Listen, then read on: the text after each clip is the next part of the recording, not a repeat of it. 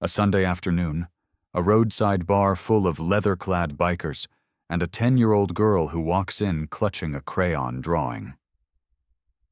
"This is the man who took my sister," she says, her voice trembling but determined. "I need your help." What happened next would prove that sometimes the ones society fears the most are the ones who care the most. The Sunday afternoon crowd at Rusty's last stop was thick with worn leather and weathered faces. 20-something motorcycles lined the gravel lot, their chrome catching the late autumn sun. Inside, the Iron Riders had claimed the bar and every table near it. Their monthly ride-out had ended here, turning the quiet roadside tavern into a rumble of deep voices, clinking beer bottles, and stories from the highway. Nobody noticed the girl at first. Emma Chen stood just inside the doorway, her small frame barely visible against the afternoon light. 10 years old, wearing a purple jacket 2 sizes too big, and sneakers with fraying laces. In her hands, she clutched a piece of paper folded into a tight rectangle. Her dark eyes swept the room with an intensity that didn't belong on a child's face. "Hey, sweetheart," a voice called from the bar. "You looking for someone?" Emma didn't answer. She walked straight through the crowd, weaving between tables until she reached a woman sitting alone near the back corner. Tank, they called her. 6 feet tall, arms covered in ink, silver rings on every finger. She was the kind of person who noticed things others missed.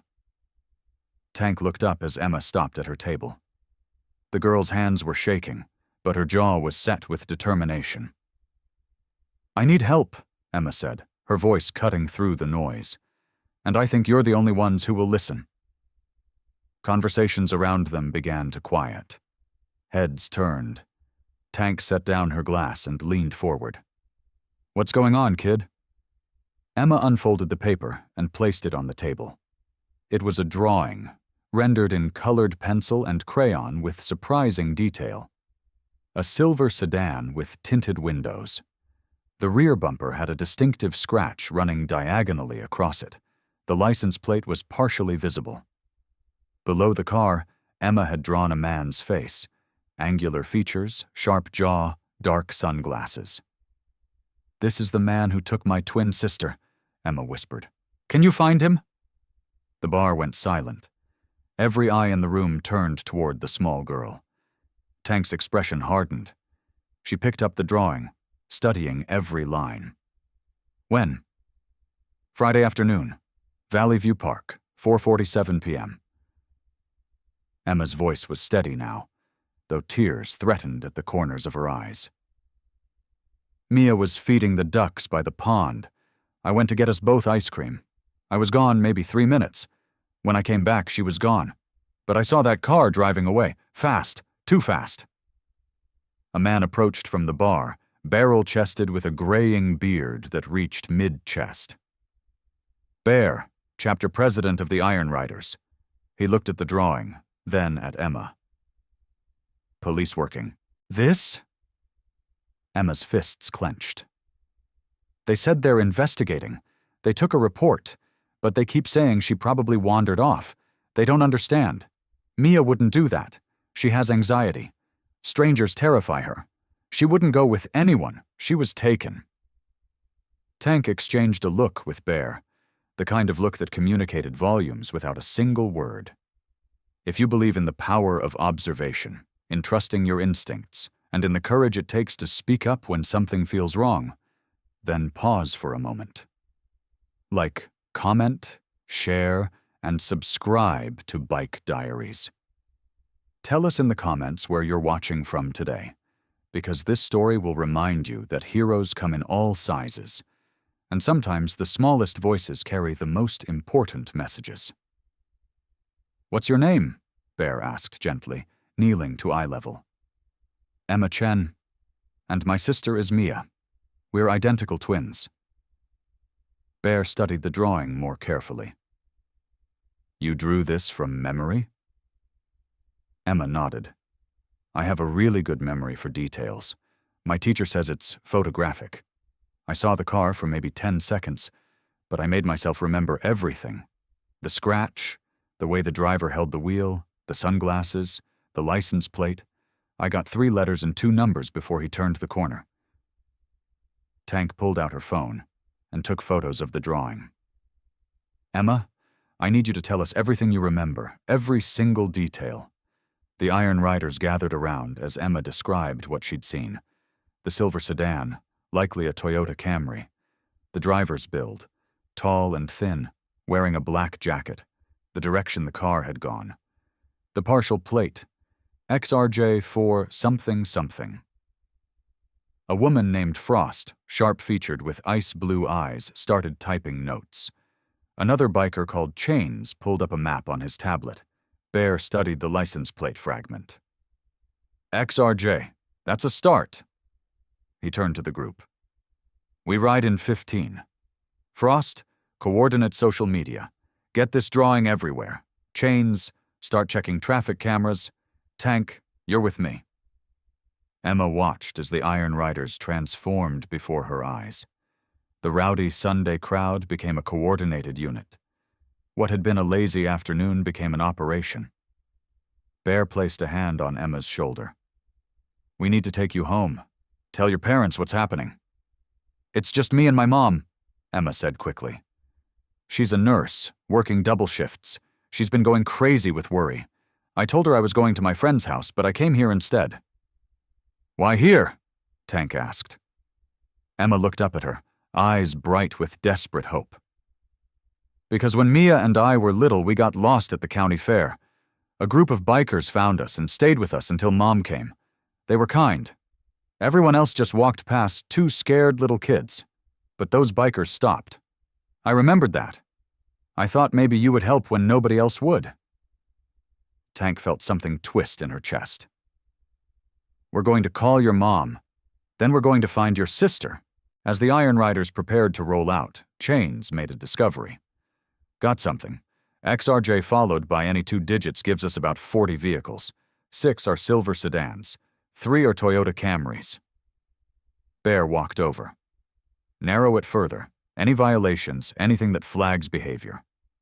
Chains's fingers flew across the screen. One of them, XRJ42, registered to a David Garrett, 41 years old. Got a speeding ticket 3 weeks ago near Valley View Park. Another 6 months ago near Riverside Elementary. Near schools, Tank said quietly. That's a pattern. Bear pulled out his phone and called Detective Mills. After a brief conversation, his expression darkened. Prior arrest. Child endangerment. Charges dropped due to insufficient evidence. Tank's hands curled into fists. Address? Mills is getting a warrant. We do this by the book, but we do it fast. The Iron Riders rolled out in formation, 23 bikes strong, carrying a crayon drawing and a promise. The hunt had begun. By late afternoon, Emma's drawing had been shared across 4 counties. Frost's social media push was relentless. The image appeared on Facebook groups, missing children networks, local news pages, and community watch boards.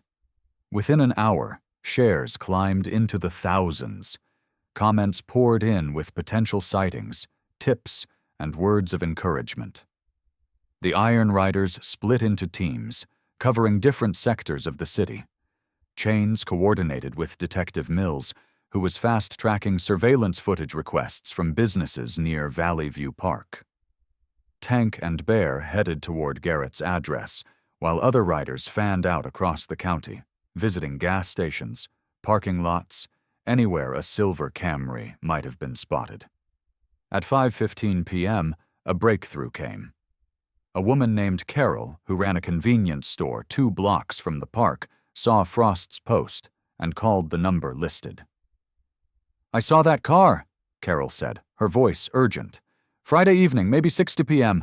Silver Camry, scratched bumper just like in the drawing. The driver came in for cigarettes, paid cash. But he was nervous, kept checking the door, looking out the window like he expected someone. I remember because he dropped his change and didn't even pick it up, just left. Did you see which way he went? Frost asked, her heart racing. East on Riverside, toward the old industrial district. That area's been abandoned for years, lots of empty warehouses. Frost immediately relayed the information to Bear. Within minutes, the Iron Riders were converging on the industrial area, a maze of abandoned buildings and overgrown lots where someone trying to stay invisible might hide. Tank and Bear reached Garrett's listed address with Detective Mills and 2 patrol cars. The apartment building was run down, paint peeling, security door hanging loose on its hinges. Mills and his officers entered while the bikers waited outside, engines idling, ready to move if needed. Minutes felt like hours. Then, Mills emerged, shaking his head. Empty. Looks like he cleared out recently. Mail piled up from the past week. We'll get forensics here, but he's not at this location. Tank's jaw tightened. Then where is he? If this story has touched your heart, please take a moment to like, share, and subscribe to Bike Diaries. We bring you stories that prove heroism comes in all forms, that courage isn't measured by size or age, and that sometimes the smallest voices carry the most important messages. Tell us in the comments. Have you ever noticed something important that others missed? Your story might inspire someone else. The sun was setting when Chains made the call that changed everything. He'd been reviewing traffic camera footage frame by painstaking frame, following the silver Camry's path through the city. Got him on camera, Chains reported over the radio. 6:23 p.m., Friday evening, heading east on Riverside Boulevard toward the industrial district. Last sighting near the old Riverside Textile building. That's our target. Bear's response was immediate. Everyone converge on Riverside Textile, eyes sharp. If he's holed up there, we don't want to spook him before we confirm the girl's location. 23 motorcycles descended on the abandoned textile factory as twilight settled. Tank and Bear parked a block away, approaching on foot. Behind the loading dock, Tank spotted fresh tire tracks. Someone's been here recently. Bear nodded toward a side entrance, door slightly ajar. Call Mills. Inside, the air was thick with dust and decay. They moved silently through the darkness. Then they heard it, a soft sound, a whimper. Tank's blood ran cold. They moved toward the sound, coming from a locked storage room. Bear grabbed a metal pipe and smashed the padlock. Tank pushed the door open. Inside, huddled in the corner beneath a dirty blanket, was a small girl. Dark hair, tear-streaked face, purple jacket. Mia? Tank said gently, kneeling down. The girl looked up, eyes wide with fear. Then recognition flickered. Emma's friends? Yes, Tank said softly. We're Emma's friends. We're here to take you home. Mia burst into tears, reaching for Tank. Tank scooped her up as the girl sobbed into her shoulder. I want my sister. I want Emma. You're going to see her very soon, Tank promised. You're safe now. Outside, police vehicles arrived. Paramedics checked Mia's vitals, wrapped her in clean blankets. David Garrett's silver Camry was parked behind the building, hidden under a tarp. Within 2 hours, Garrett was pulled over 60 miles north, arrested without incident. At the hospital, Emma waited with her mother, both exhausted from 2 days of terror. When the door opened and Tank and Bear walked in, Emma jumped to her feet. She's okay, Tank said. She's here. She wants to see you. Emma ran until she reached the room where Mia sat on a hospital bed. The twins collided in a hug that contained all the fear, relief, and love of their 10 years together. I knew you'd find help, Mia whispered. I knew you wouldn't stop. Emma held her tighter. I'll never stop. Never. The story didn't end there. Within days, every news outlet in the state had covered it. The video footage of Mia's rescue, captured by police body cameras and bystander phones, went viral. Millions watched as Tank carried the small girl out of that abandoned building, as Emma and Mia reunited at the hospital. Emma's crayon drawing became a symbol of determination and courage, displayed on news broadcasts and shared across social media platforms worldwide. The Iron Riders received recognition from the mayor and commendations from law enforcement agencies, though they deflected most of the praise. "We're not heroes," Bear told the assembled press corps. "A brave kid asked for help when the system wasn't moving fast enough. We just listened and acted. That's what any decent person should do." But something else was happening behind the scenes. The success of Emma's case sparked a movement. The Iron Riders established a rapid response network called Wheels for Children, partnering with law enforcement agencies across 3 states to assist in missing children cases. Other motorcycle clubs joined the effort, creating a coordinated system of riders who could mobilize within hours, covering ground that traditional search parties might miss. Within 6 months, the network had assisted in recovering 4 more children, each case starting with a desperate parent or sibling who'd heard about Emma and knew where to turn. David Garrett received a 25-year sentence. At his trial, Emma testified with calm clarity that impressed even the prosecutor. 6 months after the rescue, the Iron Riders held their annual charity ride. At the front of the formation, riding in a sidecar attached to Tank's bike, were Emma and Mia. Both wore matching helmets decorated with hand-painted flowers, grinning like this was the greatest adventure of their lives. Over 400 bikes joined the procession. People lined the streets, cheering. News helicopters circled overhead. Halfway through the ride, Tank pulled over. She knelt beside Emma, rolling up her sleeve to reveal fresh ink on her forearm. Emma's original drawing. The silver sedan, the scratched bumper, the partial license plate. Permanent. "Why did you do that?" Emma asked. Tank smiled. "Because I never want to forget what happened when one brave girl refused to give up. You didn't wait for adults to fix things. You found people who would listen, and you didn't stop until your sister was home." Emma's eyes welled up. "I was just scared." "Being scared and being brave aren't opposites," Tank said gently. "Brave people are always scared. They just don't let fear stop them." Mia made a sign with her hands. Emma laughed through her tears. "Mia says you're cool for someone so old." Tank laughed. "Tell your sister she's pretty cool herself." As the ride continued, the Iron Riders carried more than donations and awareness. They carried a story that reminded people the system sometimes fails, and when it does, ordinary people must step up. That a child's voice matters. That a crayon drawing can be more powerful than 1,000 police reports.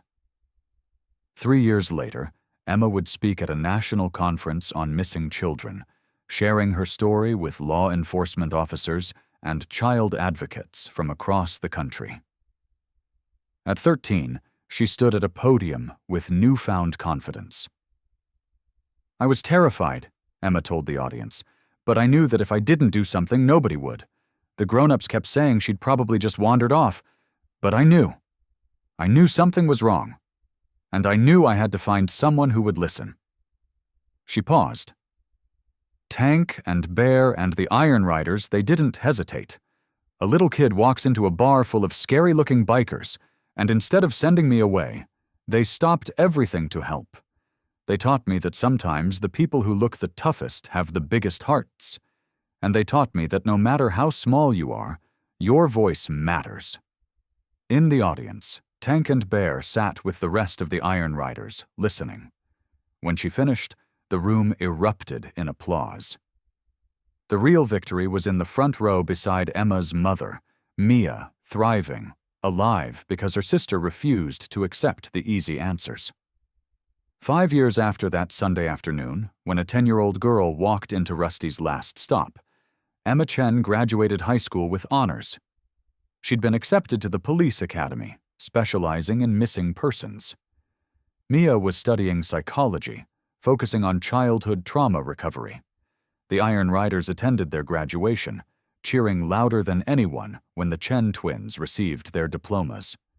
Bear presented both girls with custom-made leather jackets, the Iron Rider's patch on the back with a special designation. Honorary Sisters. "You changed us as much as we helped you," Bear told them. "You reminded us why we ride. It's about being there when someone needs help, about listening when others ignore, about acting when others hesitate."